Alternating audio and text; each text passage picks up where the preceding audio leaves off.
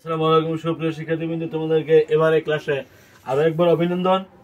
আমরা আছি এবার যশোর বোর্ড 2023 যশোর বোর্ড কাজ ক্ষমতা শক্তি চলছে। আমরা প্রশ্নটা এখানে লিখছি। আমরা গ অ্যান্সার করতে হবে পাম্পটির লব্য শক্তি নির্ণয় করো।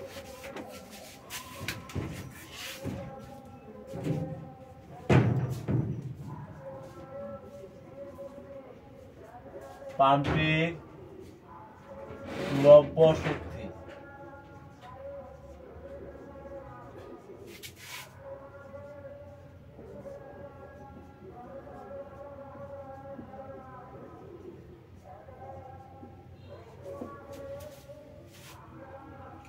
এগুলো আমাদের প্রশ্ন এবং উদ্দীপক। আমরা উদ্দীপকটা একটু পড়ি। জনক ব্যক্তি একটি পাম্প স্থাপন করেছেন যেটি 2 মিনিটে 100 মিটার গভীর থেকে 1500 লিটার পানি উত্তোলন করতে পারে। 2 মিনিটে 100 মিটার গভীর থেকে 1500 লিটার পানি উত্তোলন করতে পারে। পাম্পটির কর্মদক্ষতা 70%। এখন পাম্পটির লব্য শক্তি নির্ণয় করতে হবে। এখানে কি কি আছে এগুলো আমরা একটু নোটটা নিই।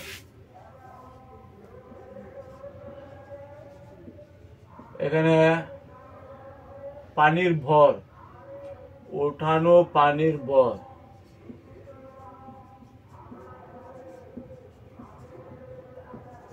ভর এম সমান 1500 লিটার, তার মানে 1500 কেজি। 1500 কেজি, লিটার মানে কেজি।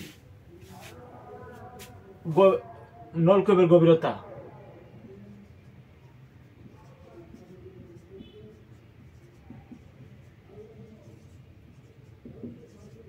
এই সিগলটা হলো 100 metre,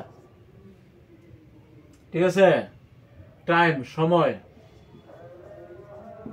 T equal to 2 minute, তার মানে 120 সেকেন্ড, তাই না? এগুলো আমাদের পরিমাণ দেওয়া আছে, ভর দেওয়া আছে, গভীরতা এইচ দেওয়া আছে, সময় দেওয়া আছে 2 মিনিট এই পাম্পের ক্ষেত্রে, ইঞ্জিনের ক্ষেত্রে। এখন লব্য শক্তি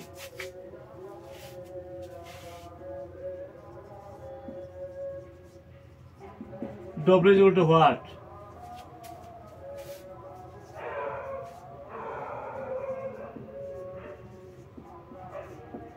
আমরা জানি ইঞ্জিনের পাম্পটির আমরা জানি পাম্পের লব্য শক্তি, পাম্পের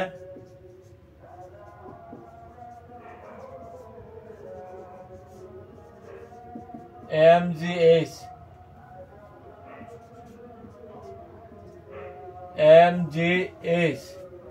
এম হলো বর। বর কত দেওয়া আছে? 1500 কেজি। জি কত? 9.8 metre per second square. S কত? 100 মিটার। আমরা এককগুলো লিখছি বুঝবার জন্য। তাহলে আমরা কি পাই? আমরা পাবো সবগুলো গুণ করলে এত 1470,000।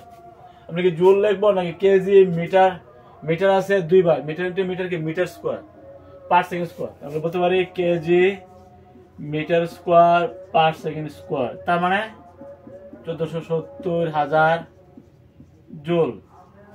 যেটা এটা শক্তি, এটা জুলে বলতে হবে। তবে kg metre square per second square কিন্তু বল না, বলবে হবে। এটা হলো আমাদের অ্যান্সার, ঠিক আছে। পাম্পের লব্য শক্তি আমরা নির্ণয় করেছি। পরবর্তী প্রশ্ন, যদি পাম্পটির কর্মদক্ষতা, এখানে পাম্পের কর্মদক্ষতা কিন্তু হলো 60%, মানে 70%। 70% সময় 100 মিটার গভীর থেকে 1500 লিটার 2 মিনিটে কিন্তু পানিটা তুলতে পারে, মানে 120 সেকেন্ডে। তো এখন যদি পাম্পের ক্ষমতা কর্মদক্ষতা যদি 60% হয়, তখন সময়ের কোনো তারতম্য হবে কিনা আমরা এখন হিসাব করব।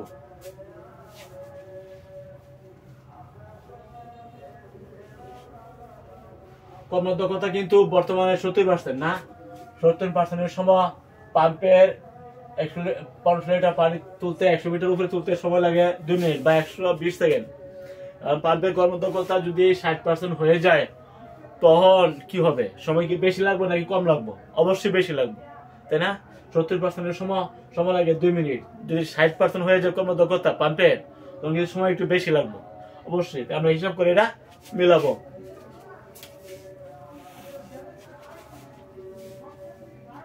যদি পাম্পটির কর্মদক্ষতা 60% হয়,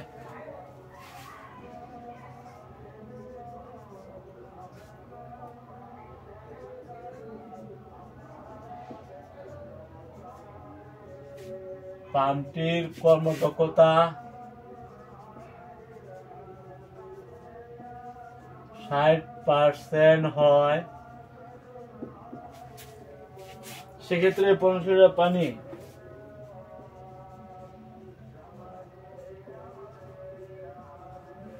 সেক্ষেত্রে 1500 লিটার পানি একই উচ্চতায়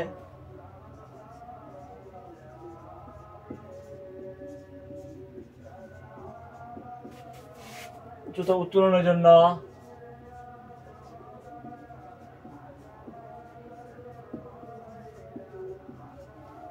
অতিরিক্ত সময় কত সময়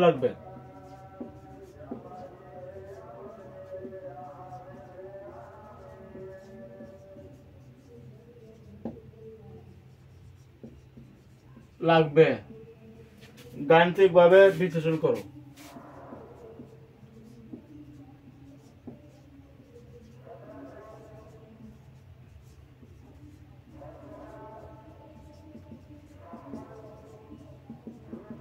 তাই না? আমরা জানি পাম্পের কর্মদক্ষতা সমান কি?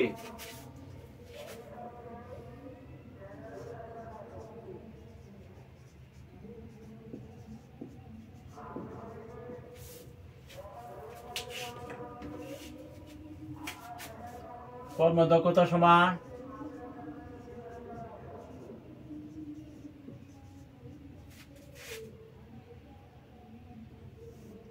লব্ধ কার্যকর ক্ষমতা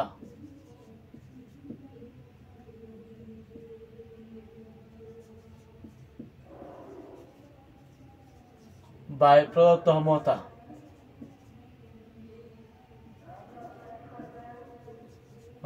এখানে লব্ধ কার্যকর ক্ষমতা কত?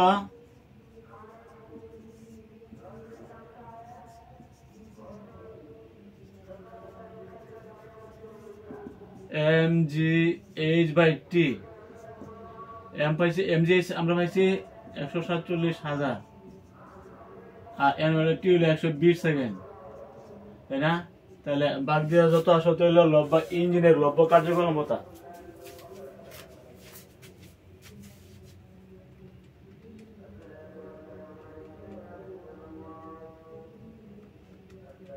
দুই মিনিটে তাহলে 12,250 ওয়াট। লব্ধ কার্যকর ক্ষমতা হইল 12,000 ওয়াট। ইঞ্জিনের লব্ধ কার্যকর ক্ষমতা যে আমাদের শক্তি দা আগে আমরা হিসাব করেছিলাম 1470,000 জুল। এখন সময় দিয়ে ভাগ দিছি, ইঞ্জিনের 70% এর কর্মদক্ষতার সময় লব্ধ কার্যকর ক্ষমতা কিন্তু আমরা পাই নিছি, তাই না? এটা কিন্তু লব্ধ কার্যকর ক্ষমতা হলো পি আউট। তাহলে ইঞ্জিন কর্মদক্ষতা হলো আমাদের 70%, তাই না? 70% সমান লব্ধ কার্যকর ক্ষমতা পাইছি 12,250 ওয়াট।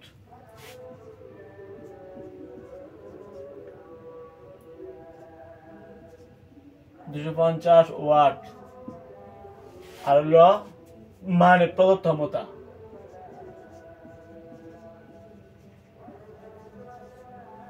তা 70% মানে কি 0.7।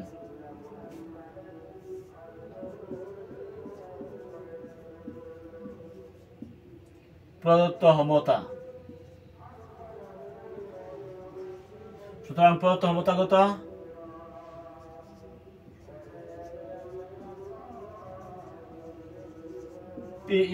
পি ইন হলো প্রদত্ত ক্ষমতা। তো আমরা বলতে পারি 12,250 ওয়াট ভাগ হইল 0.7। এই হইল প্রদত্ত ক্ষমতা। ইঞ্জিনের 70% কর্মদক্ষতার সময় প্রদত্ত ক্ষমতা হইল এত ভাগ 0.7, 17,500 ওয়াট।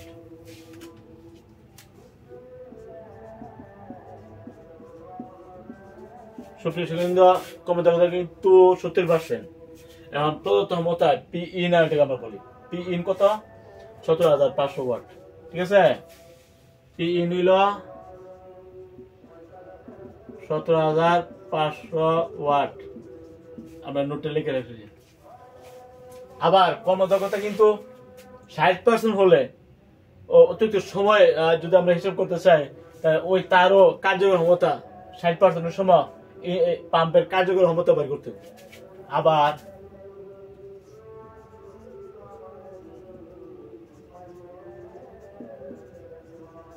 কর্মদক্ষতা 60% সমান কি লব্য কার্যকর ক্ষমতা বাই প্রদত্ত ক্ষমতা। তা 60% মানে কি 0.6। প্রদত্ত ক্ষমতা কিন্তু আমাদের পি ইন কিন্তু আমাদের 17,500। আমরা এটা বসাতে পারি। আর এর লব্য কার্যকর ক্ষমতা, লব্য কার্যকর ক্ষমতা। ঠিক আছে, তাই লব্য কার্যকর ক্ষমতা মানে এখানে কত, সুতরাং লব্য কার্যকর ক্ষমতা, কার্যকর ক্ষমতা হলো আউট। যেহেতু পরবর্তী সেকেন্ড স্টেপে আমরা কার্যকর ক্ষমতা বাই করতেছি, তাহলে এনে প্রাইম দিতে হবে। সমস্যা কত 17,500 ইন্টু 0.6 ওয়াট। এই হলো 60% কর্মদক্ষতার সময় এই পাম্পের লব্য কার্যকর ক্ষমতা। ঠিক আছে, কত বেশি আমরা 10,500 গুণ 0.6 10,500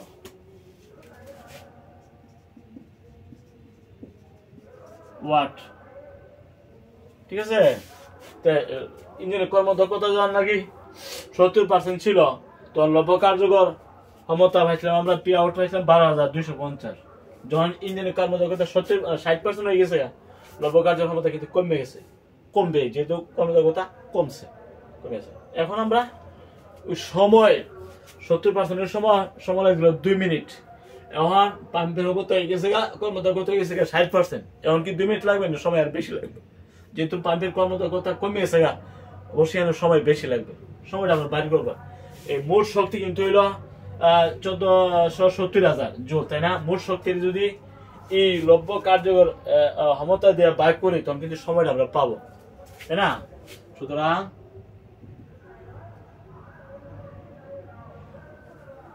60% কিনবে দক্ষতা হলে, সুতরাং সময় আমরা হিসাব করবি। কার্যকর শক্তি, লব্য কার্যকর শক্তি বা লব্য কার্যকর ক্ষমতা।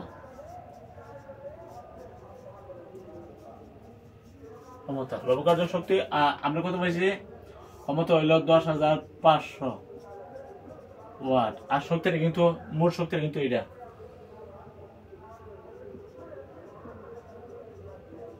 জুল। শক্তির ক্ষমতা দিয়া বাদ দিলে সময় পাওয়া যায়। কারণ কি, শক্তি হইল কাজ, তাই না? আর ক্ষমতা কি, কাজ বাই সময়, তাই আমরা এই শক্তির আমরা কার্যকর শক্তির কার্যকর ক্ষমতা দিয়ে ভাগ দিছি, আমরা বলছি সময় পাবো। কিভাবে পাওয়া যায়? তো কাজ বাই, তাহলে মানে শক্তি বাই ক্ষমতা, মানে কাজ বাই সময়, না? সময় সমান কাজ বাই সময়। তাহলে কাজে বাদ গিয়েছে না, এই সময় পাওয়া যায়। ঠিক আছে, শক্তিকে তুমি ক্ষমতা দিয়ে ভাগ দিলে অবশ্যই লব্য কার্যকর যে শক্তি, মোট শক্তির কার্যকর ক্ষমতা দিয়ে ভাগ দিলে 60% সময় যে ক্ষমতা ছিল, এটাতে ভাগ দিয়ে আমরা সময় আমরা অবশ্যই পাই যাবো। কারণ ক্ষমতা তো কাজ বাই সময়, তো শক্তি হলো কাজ, কাজের সময় দিয়ে বাদ দিলে সময় পাওয়া যায়, কাজ বাদ যায়। ঠিক আছে, এভাবে কিন্তু তুমি কার্য ক্ষমতা দিয়ে বাদ দিলে তুমি সময় নিতে পারবা। কত সেকেন্ড সময় লাগে আমরা এখন হিসাব করবো।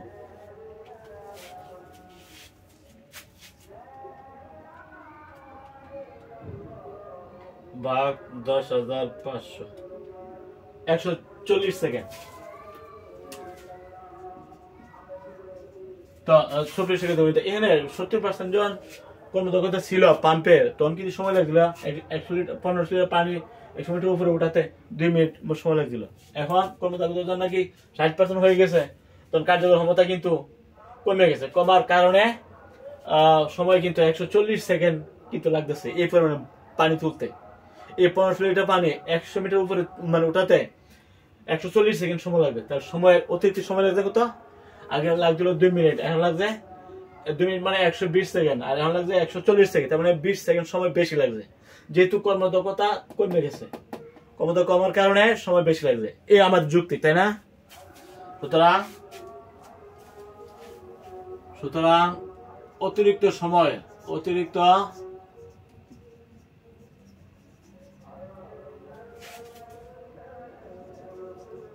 লাগলো 140 মাইনাস 2 মিনিট হলে 120 মানে 20 সেকেন্ড। ঠিক আছে,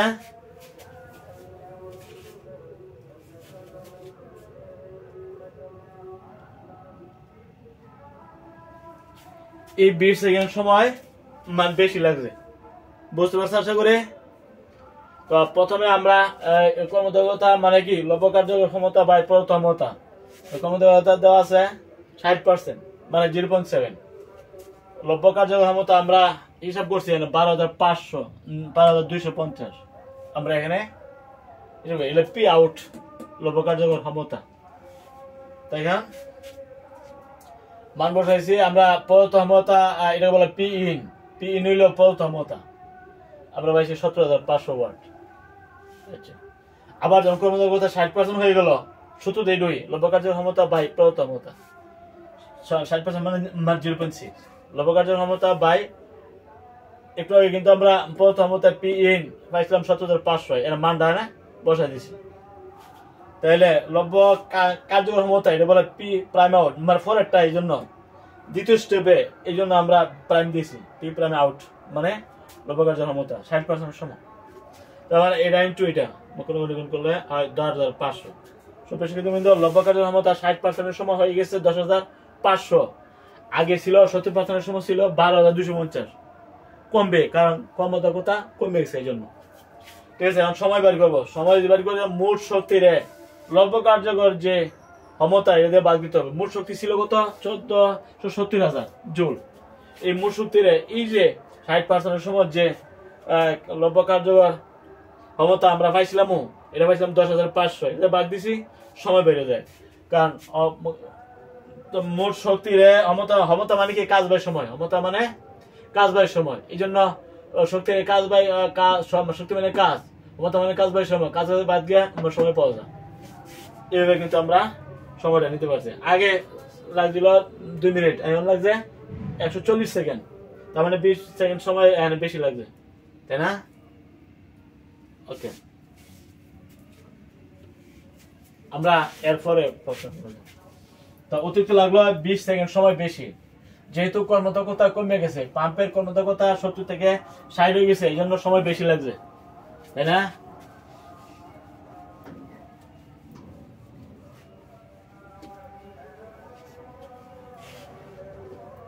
পরের প্রশ্ন,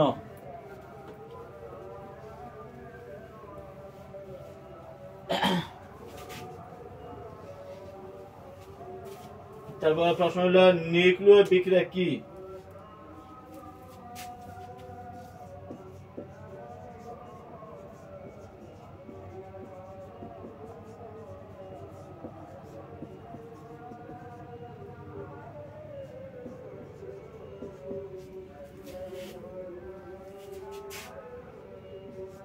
কি নিউক্লিয় বিক্রিয়া? আমি একটা বিক্রিয়া লেগে তোমরা লক্ষ্য করো, এই যে ইউরেনিয়াম 235 92 পারমাণবিক সংখ্যা, এগুলো পারমাণবিক বল।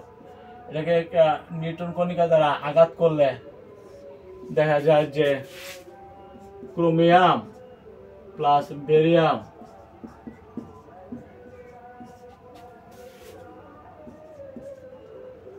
বিরানব্বই,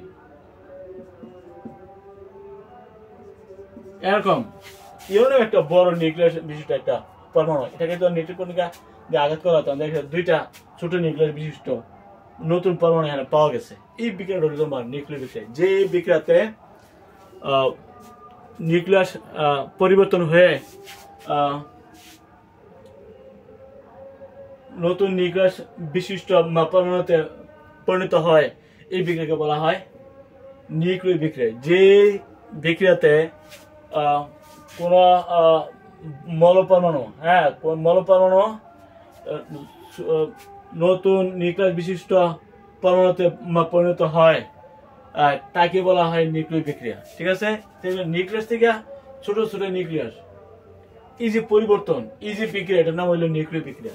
ঠিক আছে, এখানে কিন্তু এই নিউক্লিয়াস নতুন নিউক্লিয়াস বিশিষ্ট দুটি পরমাণু এখানে পাওয়া গেছে, মৌল পরমাণু পাওয়া গেছে, একটা ক্রোমিয়াম একটা বেরিয়াম, যার পরমাণুর সংখ্যা হলো এখানে 53, তার পরমাণুর সংখ্যা হলো ক্রোমিয়াম হলো 56 36 আর বেরিয়ামের হলো 56। এই বিক্রিয়াটা হলো নিউক্লিয় বিক্রিয়া। ওকে, পরে উন্নয়ন কার্যক্রমের জন্য শক্তি ব্যবহারের ঘনিষ্ঠ সম্পর্ক আছে।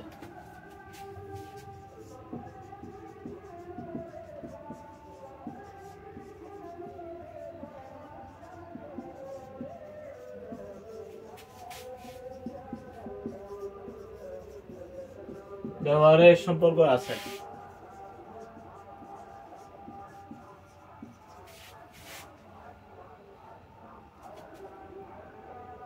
কি ব্যাখ্যা করো। আমরা জানি যে আমাদের উন্নয়ন কার্যক্রম শিক্ষা, স্বাস্থ্য, চিকিৎসা, কৃষি ক্ষেত্রে বিশেষ করে সেচ পাম্প, কৃষি কাজ করা, এখানে কিন্তু শক্তির ব্যবহার সবচেয়ে বেশি।